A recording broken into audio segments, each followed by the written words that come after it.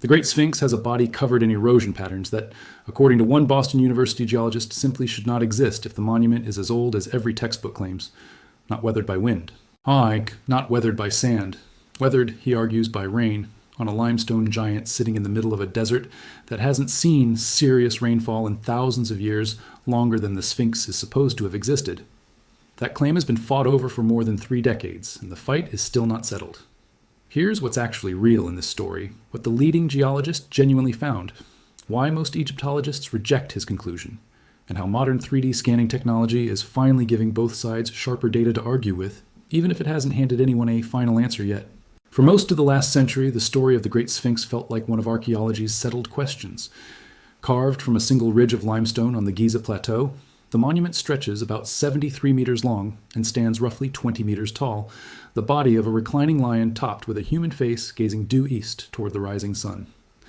The standard account places its construction around 2500 BCE, during Egypt's 4th dynasty, under the Pharaoh Khafre, whose pyramid sits directly behind it.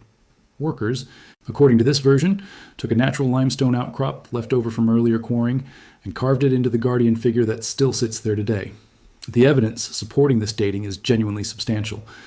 The Sphinx sits inside Khafre's broader pyramid complex, sharing construction techniques and stone-cutting styles found elsewhere on the site. A granite and limestone temple standing directly in front of the Sphinx matches architectural elements from Khafre's Valley Temple nearby. And a stele erected around 1401 BCE by the later pharaoh Thutmose IV, placed between the Sphinx's front paws, describes the young prince falling asleep in the monument's shadow and receiving a dream in which the Sphinx, referred to as a solar deity, promised him the throne if he cleared away the sand burying its body.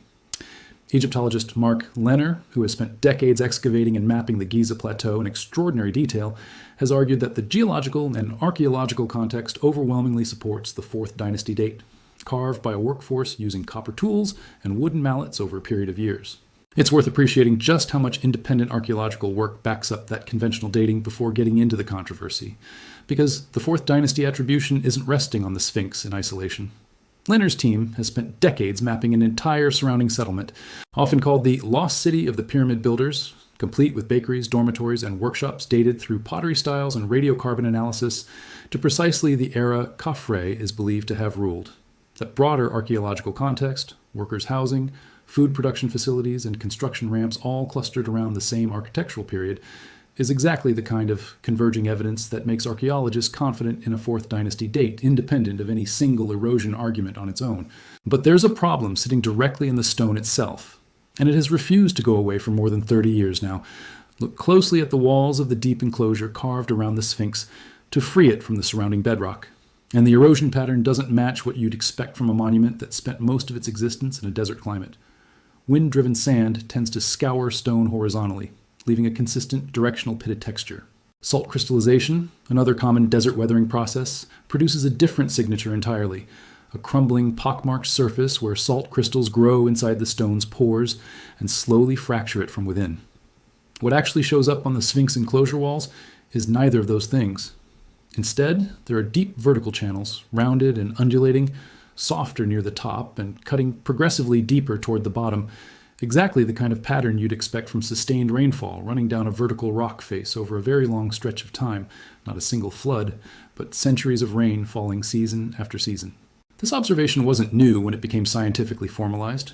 French scholar René Schwaller de Lubitsch first raised the possibility publicly in his 1961 writing on ancient Egyptian symbolism, and independent researcher John Anthony West picked up the idea in his own work during the 1970s and 80s, eventually inviting geologist Robert Schoch of Boston University to examine the site directly. Schoch traveled to Giza in 1990 specifically to assess the erosion patterns using standard geological methods, and in October of 1991, he presented his findings at the annual meeting of the Geological Society of America in San Diego. His conclusion was direct.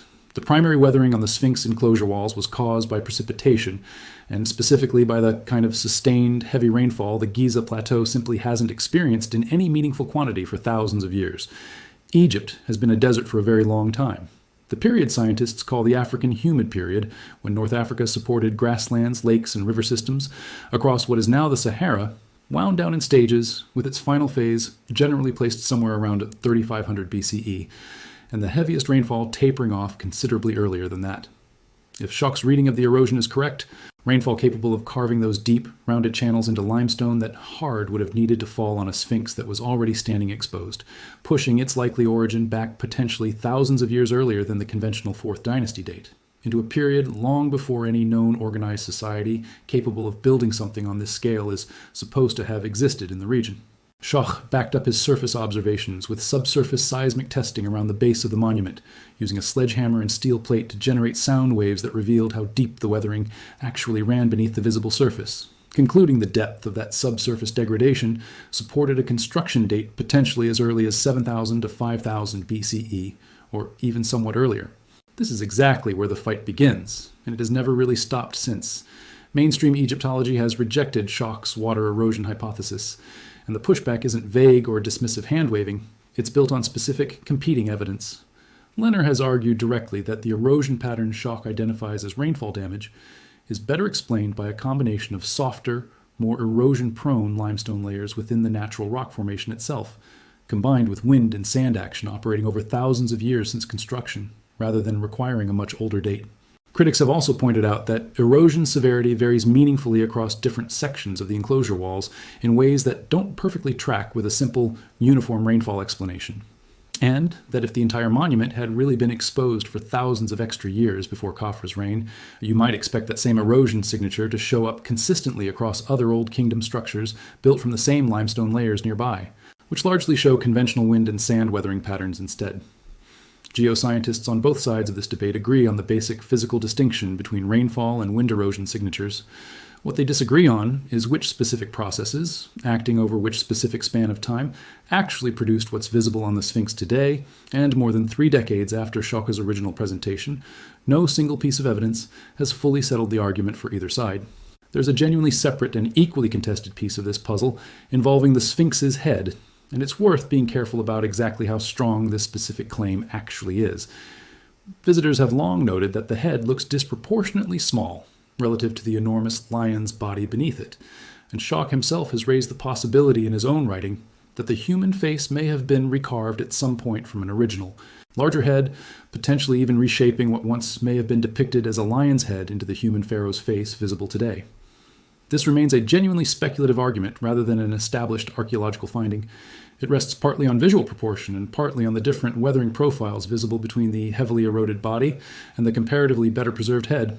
Though mainstream Egyptologists have offered a considerably simpler competing explanation for that same size discrepancy, that the smaller head may simply reflect a deliberate, practical choice by the original Old Kingdom sculptors, since a human head, scaled up to fully match the body's proportions, would have required cutting far deeper into weaker sections of rock, risking structural failure of the entire monument. The astronomical piece of this story rests on firmer, more directly measurable ground. The Sphinx faces almost precisely due east, and its gaze lines up with remarkable accuracy toward the point on the horizon where the sun rises during the spring equinox, an alignment confirmed by multiple independent survey teams over the years. That astronomical fact isn't in serious dispute. What is genuinely contested is what to make of it combined with a much larger and more speculative theory. In their 1996 book, The Message of the Sphinx, journalist Graham Hancock and researcher Robert Bovell proposed using the slow astronomical wobble known as the precession of the equinoxes, a roughly 25,120-year cycle, during which the backdrop of stars behind the rising equinox sun shifts gradually, constellation by constellation, to calculate when the constellation Leo would have risen directly behind the equinox sunrise, as viewed from the Sphinx's exact position. Their calculation placed that specific alignment somewhere around 10,500 BCE, leading them to argue the Sphinx itself, originally carved as a lion without any human head at all, dates to that much earlier era, correlating with their broader theory connecting Giza's layout to the constellation Orion. It's important to be direct about where this specific theory actually sits within the field. Mainstream archaeologists and Egyptologists have not accepted the astronomical dating argument Hancock and Bovell put forward, and it's generally categorized within the field as pseudo-archaeology rather than an accepted alternative chronology.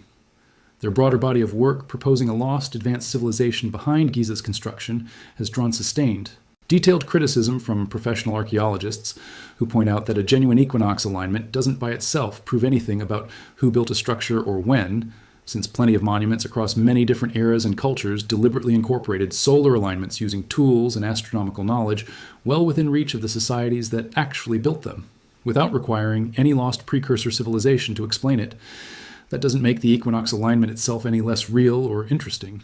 It just means the leap from a confirmed alignment to a confirmed 10,000-year-old construction date is a considerably larger and much more contested step than the alignment measurement alone can support. So where does modern technology actually fit into all of this? Because it genuinely does play a real and growing role, just not in the dramatic single afternoon revelation way some retellings of this story like to suggest.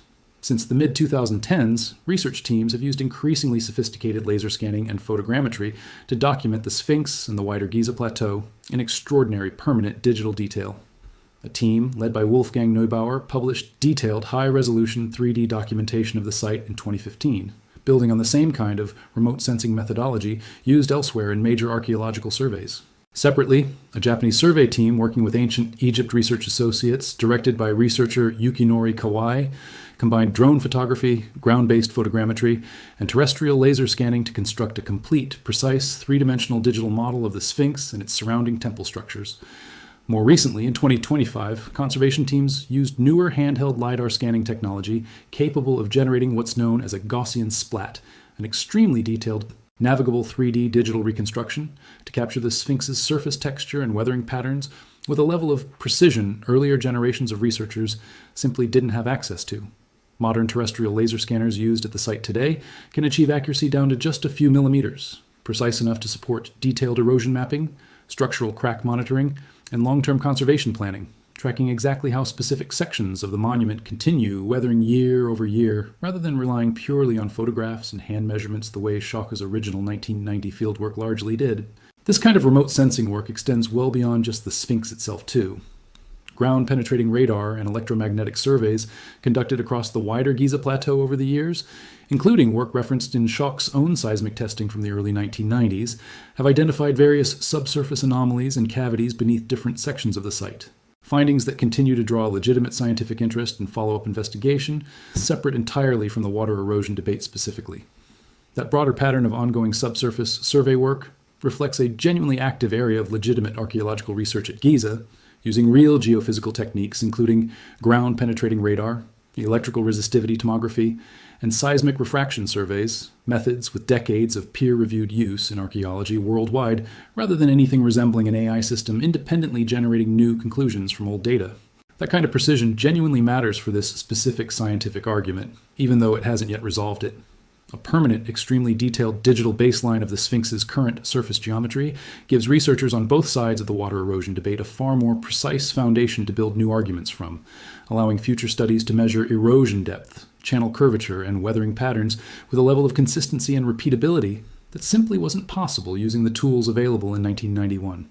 It also creates an invaluable long-term monitoring record, since comparing new scans against these detailed baseline models in future years will let conservators track precisely how quickly specific sections of the Sphinx continue eroding under current environmental conditions, which indirectly helps calibrate exactly how much erosion a given number of years or centuries can realistically produce. One of the central technical questions sitting underneath the entire Schoch versus Lehner debate in the first place. What this technology has not done, and what no legitimate published research has claimed it has done, is hand anyone a definitive, case-closed answer about the Sphinx's true age. No credible study has used artificial intelligence to analyze this erosion data and independently confirm either side of the debate, despite what some viral videos circulating online currently claim. The genuine scientific dispute here remains exactly that, a genuine ongoing dispute between serious researchers working from real, if incomplete, physical evidence, not a mystery a machine has quietly solved behind the scenes. Robert Schoch continues actively researching and speaking about his water erosion hypothesis today, including at academic and public conferences as recently as the past couple of years, and mainstream Egyptological institutions continue to maintain the conventional Fourth Dynasty dating based on the broader archaeological and architectural context surrounding the monument. What we're left with, once you set aside the invented AI narrative, is still a genuinely compelling scientific standoff worth understanding on its own terms. A geologist trained to read stone, the way a detective reads a crime scene, looked at the wall surrounding one of the most famous monuments on Earth and saw a weathering signature that, if his interpretation holds, doesn't fit comfortably inside the conventional timeline at all. Egyptologists holding decades of detailed architectural and archaeological context have pushed back with real, substantive counterarguments rather than simply dismissing the challenge. And modern 3D scanning technology, developed for conservation and documentation rather than for settling ancient mysteries, is quietly generating exactly the kind of detailed, repeatable measurements that could eventually help push this specific argument toward genuine resolution, even though that resolution hasn't arrived yet. The Sphinx itself hasn't changed. It's still sitting in the same spot, facing the same horizon, wearing the same weathered stone it's worn for thousands of years, regardless of which side of this argument eventually turns out to be right. What's changed is how precisely we're now able to measure exactly what the stone is actually telling us. And for now, the honest answer is that it's telling two very different, very carefully argued stories, and nobody has yet been able to prove definitively which one is true.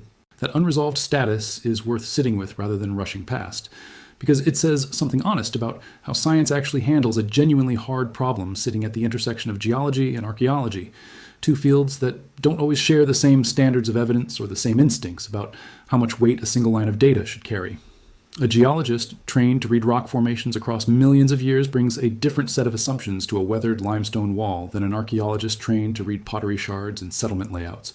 Neither perspective is wrong on its own terms. They're simply built to notice different things, and a monument as old, as singular and as incompletely documented as the Great Sphinx, sits exactly at the kind of disciplinary fault line where those different ways of reading evidence are bound to produce genuinely different conclusions. That tension isn't a flaw in how this story gets told. It's the actual, honest shape of an unresolved scientific question, and it deserves to be told that way rather than flattened into a tidy answer that doesn't actually exist yet.